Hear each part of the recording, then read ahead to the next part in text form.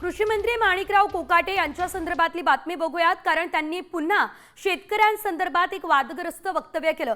Harvesting झालेल्या पिकांचे पंचनामे करून काय करणार, ढेकळांचे पंचनामे करायचेत का, असं वादग्रस्त वक्तव्य कृषी मंत्री माणिकराव कोकाटे यांनी केलंय। नाशिकमध्ये शेतकऱ्यांच्या बांधावर नुकसानीची पाहणी करायला गेले होते, त्यावेळेस कोकाटेंनी वादग्रस्त वक्तव्य केलंय। ज्या हार्वेस्टिंग झालेले त्यांची तर पंचनामे करून काय करणार आहे? ढेकळाचे पंचनामे करायचे का? नाही, कांदे वगैरे ज्या पोळी कांदे वावरात आहेत त्यांचेच पंचनामे होतील। जे घरात आणून ठेवले त्याचे पंचनामे नाही करता येणार। त्याचे पंचनामे करणं अवघड आहे, ते नियमात बसत नाही।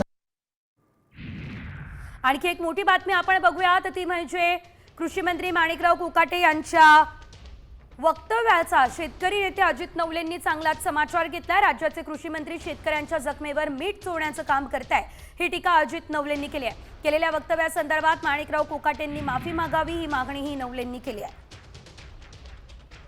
शेतीमालाचं आणि उभ्या पिकांचं नुकसान झालेलं आहे।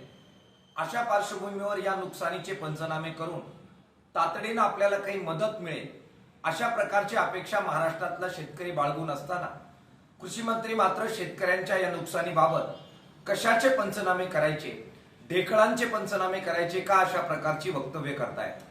कृषी मंत्र्यांचे अशा प्रकारे शेतकऱ्यांच्या जखमांवर मीठ चोळणारी विधानं ही सातत्याने येत आहेत। मुख्यमंत्र्यांनी तातडीने महाराष्ट्रातील या नुकसानीची दखल घेतली पाहिजे। महत्त्वाचं पॅकेज हे शेतकऱ्यांना डिक्लेअर केलं पाहिजे। कृषी मंत्र्यांनी माफी मागत आपले ते विधान शेतकऱ्यांच्या बद्दलचं मागे घ्यावं, अशा प्रकारची मागणी किसान सभेच्या वतीने आम्ही करतो आहोत।